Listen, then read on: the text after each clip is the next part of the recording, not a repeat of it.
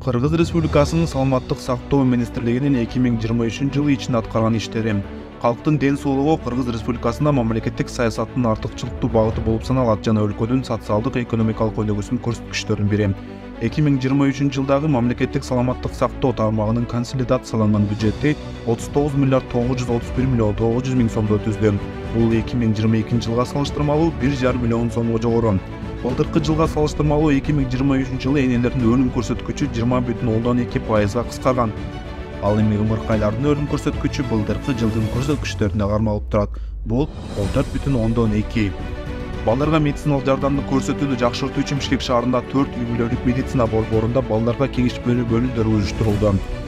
Кыргызстанда буга чейин бөйрөк алмаштыруу трансплантация операциясы чоң көйгөй болуп келген. Бул көйгөй президентибиз Садыр Жапаровду көп түйшөтүп жүргөн. Маселени чечүү үчүн 2023-жылы Бишкек шаарында Кыргыз-Түрк достук ооруканасында ички органдарды трансплантациялоо операциясы ийгиликтүү жасалды. Ошону менен бирге 21 миллион сомдук трансплантациялоо боюнча изилдөө жүргүзүү үчүн лабораториялык жабдуулар алынды. Медициналык жардамдардын жеткиликтүүлүгүн арттыруу үчүн саламаттык сактоо уюмдарынын автопаркы 80 тез жардам унаалары жана 60 санитардык автоунаалар менен толукталды. Унаалардын көбөйүшү медициналык жардам көрсөтүүнүн натыйжалуулугун жогорулатууга, күтүү убактысын кыскартууга жана ооруларга ыкчам жардам көрсөтүүнү шарт түзөт. Быйыл жыл башында заманбап бардык санитардык талаптарга жооп берген жаңы Кургак Учук ооруканасы колдонууга берилди.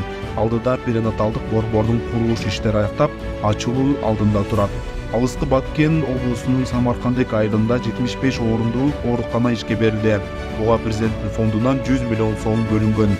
Калктын жогорку технологиялык медициналык кызматтарга жеткиликтүүлүгүн жакшыртуу максатында улуттук госпиталга жана эне жана баланы коргоо улуттук борборуна магниттик резонанстык томограф сатылып алынган. Жеке медициналык борборлордон айырмаланып, баасы 2200 сомдон ашпайт. Ошондой эле улуттук госпиталда кан тамыр ооруларын дарыга өтө керек болгон ангиографиялык аппарат орнотулду. 5 облустук ооруканаларына КТ аппараттары орнотулду. Булар Ысык көл, Нарын, Талас, Жалал Абад жана Ош. Ошондой эле мамлекеттик жеке өнөктөштүк долбоорунун алкагында 4 КТ диагностика борборлору ачылды. Экөө Бишкекте, Балыкчыда жана Кадамжайда. Алдыда дагы 2 борборду ачуу пландалууда, Өзгөн жана Токтогулда. 7 вакцина сактоочу кампаларынын курулушу аякталды.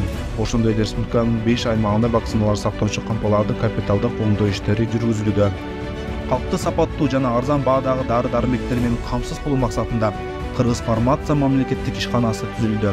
Мындан тышкары мамлекеттик дарыканалардын уюштур бөлүмү ачылып, бүгүнкү күндө республика боюнча 50 эл аман мамлекеттик дарыканасы ийгиликтүү иштеп жатат. 2023-жылы министрлик көрсөтүлүп жаткан медициналык кызматтарды онлайн режимге өткөрүү боюнча олуттуу иштери жүргүздү. Ар бир кыргызстандык үчүн санарип ден соолук профили түзүлдү. Туулгандыгы жана өлүмү тууралуу санарип медициналык көмөлүк автоматташтырылган маалымат системасы өлкөдөгү бардык саламаттык сактоо уюмдарында толук кандуу иштеп жатат. Система бардык 74 мамлекеттик төрөт үйлөрүндө ийгиликтүү колдонулууда. Маалыматтык системаны 6 жеке менчик төрөт үйү да ийгиликтүү колдонууда. Республиканын бардык саламаттык сактоо уюмдарында санарип убактылуу эмгекке жарамсыздык баракчалары маалымат системасы ишке ашырылууда. Бүгүнкү күндө 20 миңден ашык убактылуу эмгекке жарамсыздык баракчалары электрондук форматта түзүлдү. Айлап лабораториялык маалымат системасы өлкөдөгү 100 мамлекеттик лабораторияда колдонулат. Вирустук гепатиттин түйшүгүн эске алуу менен 2023-жылы бул ооруларды экспресс текшерүү, эмдөө жана дарылоо боюнча акысыз медициналык кызмат көрсөтүү программасы ишке киргизилип, ага мамлекеттик бюджеттен 276 миллион сом бөлүнүп, анын ичинен 144 миллион 987 миң 478 сом өздөштүрүлгөн. Б гепатитин алдын алуу үчүн КМШ өлкөлөрүндө биринчилерден болуп гепатиттин Б оорусуна чалдыгуу жана өлүмдүн азайтуу максатында бойго жеткен калкты 3 эселенген эмдөө өнөктүгү жүргүзүлүүдө.